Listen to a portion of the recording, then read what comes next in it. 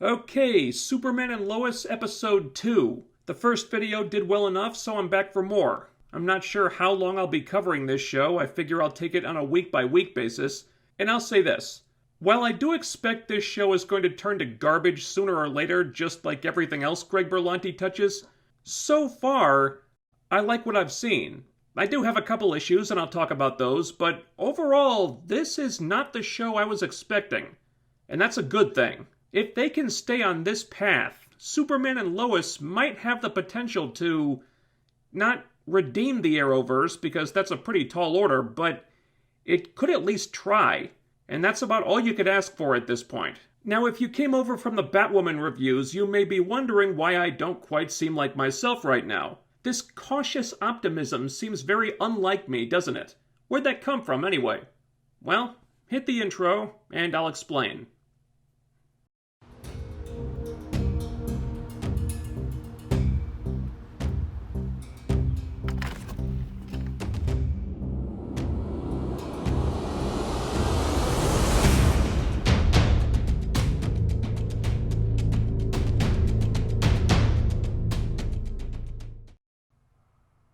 The episode begins with Lois narrating about what it's like to leave the place you love, as we see the Kents packing up and moving to Smallville. They take a moving trailer and drive there, which seems like a lot of unnecessary hassle. Clark could just zoom back and forth a couple times and have them moved in like 5 minutes. So I don't know why they're doing this the hard way, but they do. The twins aren't getting off to a great start, though. John didn't get the playbook for the football team, and Jordan didn't get a lot of the classes he wanted. He wanted French instead of Spanish. That sounds impractical to me, but what do I know? But he won't be taking it just yet. Lois and Clark think it's best if Jordan doesn't go to school until he can control his powers. And that's smart. You don't want any more accidents like the one at the quarry. But Jordan hates this idea. I thought coming here was a chance to start over, but I guess I'm just a freak like always. So he storms off, and John bails on dinner to video chat with his girlfriend, so this business of spending more time together as a family is off to a great start. Meanwhile, Clark is stressing out about Armor Guy from last week. He seemed to know a lot about Superman, so he might know other things about them too.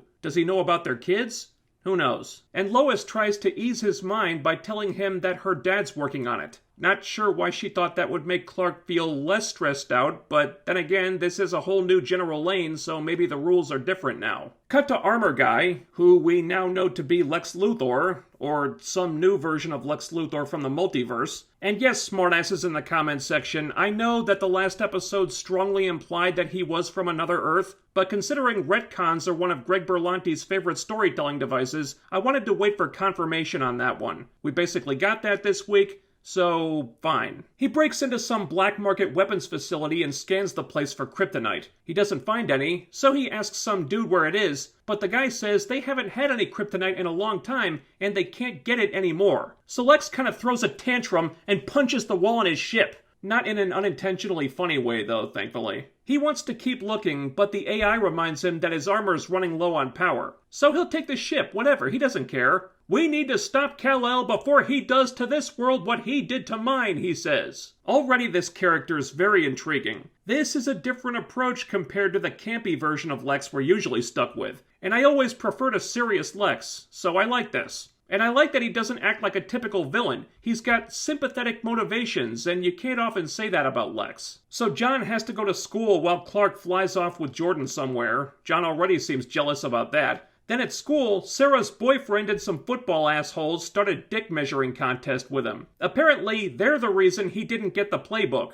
We've already got a quarterback, they say. Oh boy, a football subplot. I feel bored just thinking about it, but if this lets me work in a couple jokes about how much the Cowboys suck, it might be worth sitting through, I suppose. Clark takes Jordan to the Fortress of Solitude. It's more like the Ice Cave of Solitude, but I guess they had to cut corners somewhere. He says he felt lost after his dad died, he had a lot of questions, so he came here to find answers, and maybe it can help Jordan too. So they take the crystal that came out of Clark's ship last week, and they put it in the thing. It looked like a block of ice, but it's a Kryptonian computer of some kind. A hologram lights up, and Jordan gets Krypton History 101. And we don't see much of it, but we do hear that Krypton was destroyed because of war, which does not track with how they said it was destroyed on Supergirl. Well, here we go. Not 2 episodes in and they're retconning stuff already. And don't even try to play the new universe card, okay? Oliver created this new universe. Why would he change the way Krypton was destroyed? What kind of sense does that make? Jordan seems pretty into it though. Even more so when he meets the AI of Jor-El, the grandparent he was named after.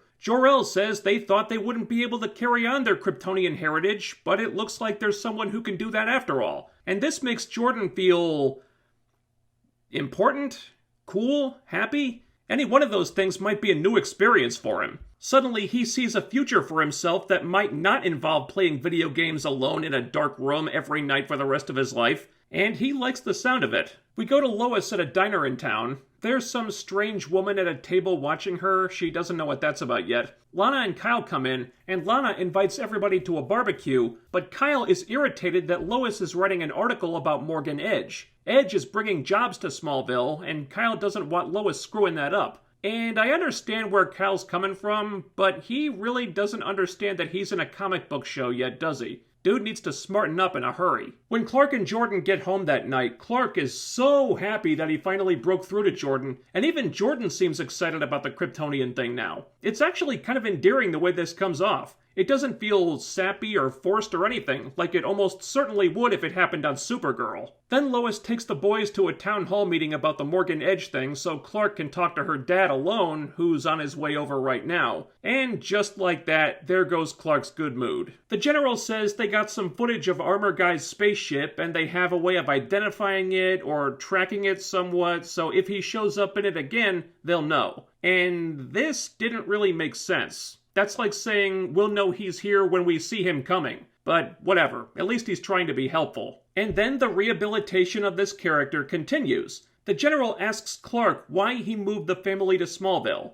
In doing this, he took Lois away from where she needs to be, he torpedoed John's football aspirations, and Jordan's sure as hell not going to fit in with people like this. But that's kind of a shoddy argument. He does have a point about John, but Jordan doesn't seem like the type of person who fits in anywhere, and Lois can still work for the Daily Planet if she wants to. Her husband does have super speed, so her commute is going to be crazy short no matter where she lives. Anyway, the general realizes that Clark told the boys his secret, and he thinks that was a huge mistake. He thinks it's going to ruin their childhood, it'll take a toll on them, just like it's taken a toll on Lois. Lois seems fine, I don't know where he's getting that from, but he thinks this is going to tear Clark's family apart, whereas Clark thinks it's going to keep them together. And again, I like this. Yeah, the general's being a little dickish about it, but he's doing it out of concern. He's looking out for his family too. With the previous version of this character over on Supergirl, at least in the episodes I saw, he was there to be a sock puppet for the writer's identity politics. He basically existed just to be an asshole. Here, he's still being kind of an asshole, but it's actually rooted in character now. He thinks what Clark did is going to have bad consequences for his daughter and his grandkids, and by God, he's gonna say something about it. You might not agree with him, but you do get where he's coming from. Then the general gets a call about something happening in Mongolia, and Clark takes off immediately. Cut to the town hall meeting. Sarah's there, and she apologizes to John about all the wedgies her boyfriend and his cronies are going to be giving him in the future, and that they didn't give him the playbook, and it's the first time Jordan's hearing about any of this. Also, the lady from the diner is there. Lois talks to her. Turns out she's a reporter for the Smallville Gazette who was too intimidated to introduce herself earlier, and she gives Lois an in if she ever wants to write something for the Gazette, because the editor will happily print anything with the famous Lois Lane's name attached to it. Then Morgan Edge walks in. I understand this character previously appeared on Supergirl. I don't know if it's the same actor or if they recast this role too. I didn't care enough to look it up. But Edge talks about how he's going to bring an estimated 600 plus jobs to Smallville. From what I can see, I'm not sure there are even 600 people living in this town, but Kyle thinks this is pretty awesome news anyway. Not Lois though. She'd like a more feasible number. Apparently this is a lot like when Edge came into another town making lots of promises, but paid crap wages and missed the job creation mark by more than 50%, so she has concerns. And Edge does not miss a beat on that. Look, things didn't work out last time. They didn't go the way I hoped they would, that's true. But I just promised those people a chance. Just like I'm promising the people of Smallville a chance to save your town and make your lives better. But hey, maybe Miss Lane is right. Maybe you shouldn't have a chance to make your lives better. I mean, I wouldn't want to cause any harm.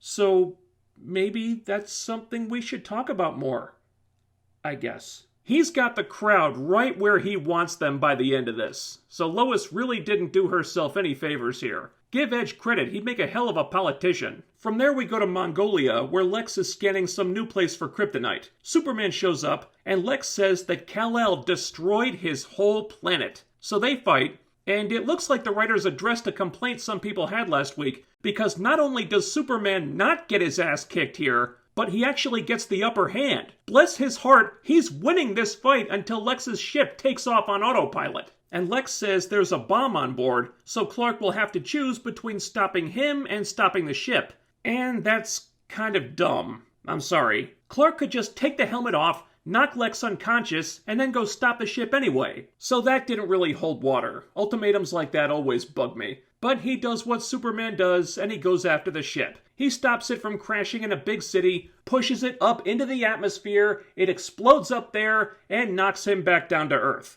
So the bad guy got away, but Superman saved his city from mass destruction. I feel like they may have been taking a subtle jab at Zack Snyder with that. And then we cut to something even more interesting than an entire city and millions of innocent people being put in horrible danger. Football practice! The coach wants John on the sidelines learning the playbook, but John thinks he's got this and wants the coach to put him in so he can show what he's got. It doesn't go well for him, though. He screws up the first play and then gets wiped out by Sarah's asshole boyfriend because they've already got a QB, and damned if they're not going to make John's life miserable over it. So Clark and Lois talk about all the shit going on, and the first line of Lois's article is, "Morgan Edge is a corporate vampire." Maybe not the best opener she could come up with, seeing as Edge owns the Daily Planet now and would never let her publish this. But Lois is determined. She's not going to let Edge destroy this town like he did the others, so she's going to go for it anyway. The next day, Jordan's really excited to get tested at the Fortress of Solitude to see what other powers he might have, but John is feeling really down about the football thing. Lois is sympathetic. She knows that moving here forced John to pretty much give up his whole identity, football star, hot girlfriend, but he did it because he wanted to help his brother. If you want to interpret it that way, alright, but that's not really what happened. What happened was Clark wanted to move to Smallville because his mom told him to, and I don't remember the boys getting much of a say in that. And how exactly does moving here help Jordan anyway? What's Jordan gonna do in Smallville that he couldn't do in Metropolis? This is where Jordan almost killed a bunch of people with his heat vision. If they really wanted to help Jordan, they'd be moving away from Smallville. But that's the story they're going with. And Lois feels like she's in the same boat as John, but she's really not. Maybe she can't write what she wants at the Daily Planet anymore, but she could do that somewhere else, no problem. Lois can still be herself, but John really can't. So he's kind of alone in this. So Jordan gets scanned at the Fortress of Solitude, but Jor-El tells Clark that Jordan's cells can't store that much energy because they're half human. So he technically has powers, but his powers are gonna suck, and he'll never be what Clark is. And yeah, that makes sense. He's only half Kryptonian, so he shouldn't have full Kryptonian powers. Neither of them take this very well. So now Jordan's upset because this confirms that he's not special like they always thought. He feels like a freak. He'll never fit in anywhere. He's torn between two different worlds and will never really belong to either one. And John's upset because Jordan kissed Sarah and now her boyfriend's football cronies are gonna stick his head in a toilet. They're both having an equally tough time, really. But Lois tells them to cut the shit because they're all going to a barbecue now and they're gonna be closer as a family even if it fucking kills them! So they go to the barbecue and make nice with everybody, and Lana gives Clark some advice about how it's up to him to make his family feel at home in this town, and it seems like there's still some chemistry between them, at least on Lana's side, but I can't imagine that's gonna go anywhere. Jordan starts to feel bad that John's taken the heat for him kissing Sarah, and John starts to feel bad that Jordan sucks at being a Kryptonian as bad as he sucks at being a human. Kyle defends what Morgan Edge did in those other towns to Lois, as he thinks making shit pay is better than making nothing, I guess. Then Lois finds out that Edge published her article, but changed her hit piece to a fluff piece. I don't know why she thought that would turn out any differently. It is his newspaper after all. And then we cut to Lex, showing up at the Department of Defense. General Lane sicks a bunch of soldiers on him while he summons Superman, but Lex shrugs off all the gunfire and takes those guys out. Then he confronts the General and tells him to stop protecting Kal-El. Where he comes from, the General doesn't trust Kal-El either because he knows what he's capable of, and Lex needs the General's help to save this planet. And he gives him something that looks like military dog tags shaped like the Superman insignia. So Clark gets the summons and has to duck out of the barbecue after promising to spend some time with John figuring out the football stuff. Superman shows up to fight Lex, and this fight is even more one-sided. This time, he just destroys Lex. He punches him up into the sky, back down to Earth, and that's it. Lex is done. Commence De-Cuckification. Suck it, Supergirl. Now that he's got him where he wants him, Clark takes the helmet off, but there's no one in the armor. Lex was controlling it remotely. Not sure from where since his ship was destroyed. I guess he had a separate base or something. So the General reveals that the mysterious armor guy was here looking for kryptonite. He shouldn't know that for sure, but the plot needs him to say it, so he does. Apparently the General has a pretty big supply of kryptonite. Big enough that it's the reason why nobody else seems to have any. He claims he's keeping the stuff so nobody else could use it against Clark, and that everything he's done since Clark married Lois has been to protect him. But do we really believe that? I'm skeptical. But there might be some truth to it. There's some ambiguity there, which I appreciate. Unlike the previous General Lane, who was so one-dimensionally prejudiced against Kryptonians it was almost farcical, this one feels more like, an actual person. Later on, Clark talks to Lois. He still doesn't think they made a mistake moving here, but he does have a lot of unanswered questions, like what Lois is going to do about the Daily Planet. Lois doesn't know yet either, but Clark says they'll find the answers together. Then the twins have a chat. Jordan realizes that he never thanked John because they moved here to help Jordan and John had to give up a lot, but John's always been there for Jordan, so the least he can do is be there for John. So they're still keeping up with this "we moved here for Jordan" thing, even though that's not really what they did, and it doesn't even make sense if you think about it. Not sure why they're doing that, but this is the story now. John asks him about the tests. Jordan said they told him he'll never be like their dad, but John says he'll help Jordan figure that stuff out, and they have a bonding moment over it. The next morning, Clark apologizes to the twins for taking off at the barbecue. He can't just abandon the world, but he can't abandon them either. It's gonna take him some time to figure out how to be better at both, but he promises that he will. So he gives Jordan one of the summoner gizmos, tells Jordan he can go to school now, and he shows up at football practice to support John, and with any luck, helps John avoid getting a swirly in the locker room afterward. Meanwhile, Lois marches back into the Daily Planet to confront Morgan Edge. She knows they're not going to be able to do any real reporting there anymore, so she hands in her resignation, and she marches right back out. Cut to the General studying the dog tags, and the word hell is written on the back, which looks like the numbers 7734 when turned upside down. Not surprising that hell's on his mind. At this point in the show, the producers were planning a crossover with Batwoman before the beer bug shut that down.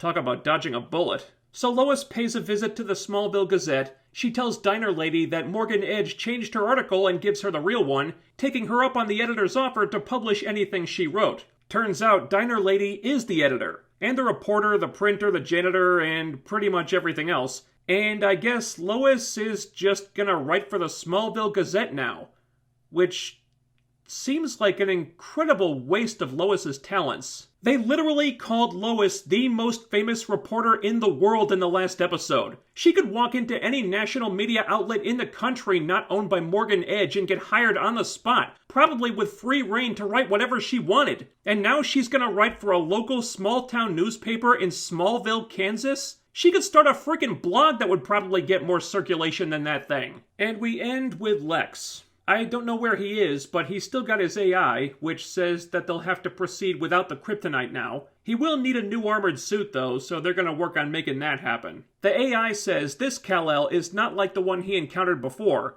and we flash back to Lex's world where he was a soldier, Superman was evil, and incinerated Lex's whole platoon with heat vision. His General Lane died, saying "to hell and back," and gave him the dog tags, and Lex says, he isn't like my Kal-El.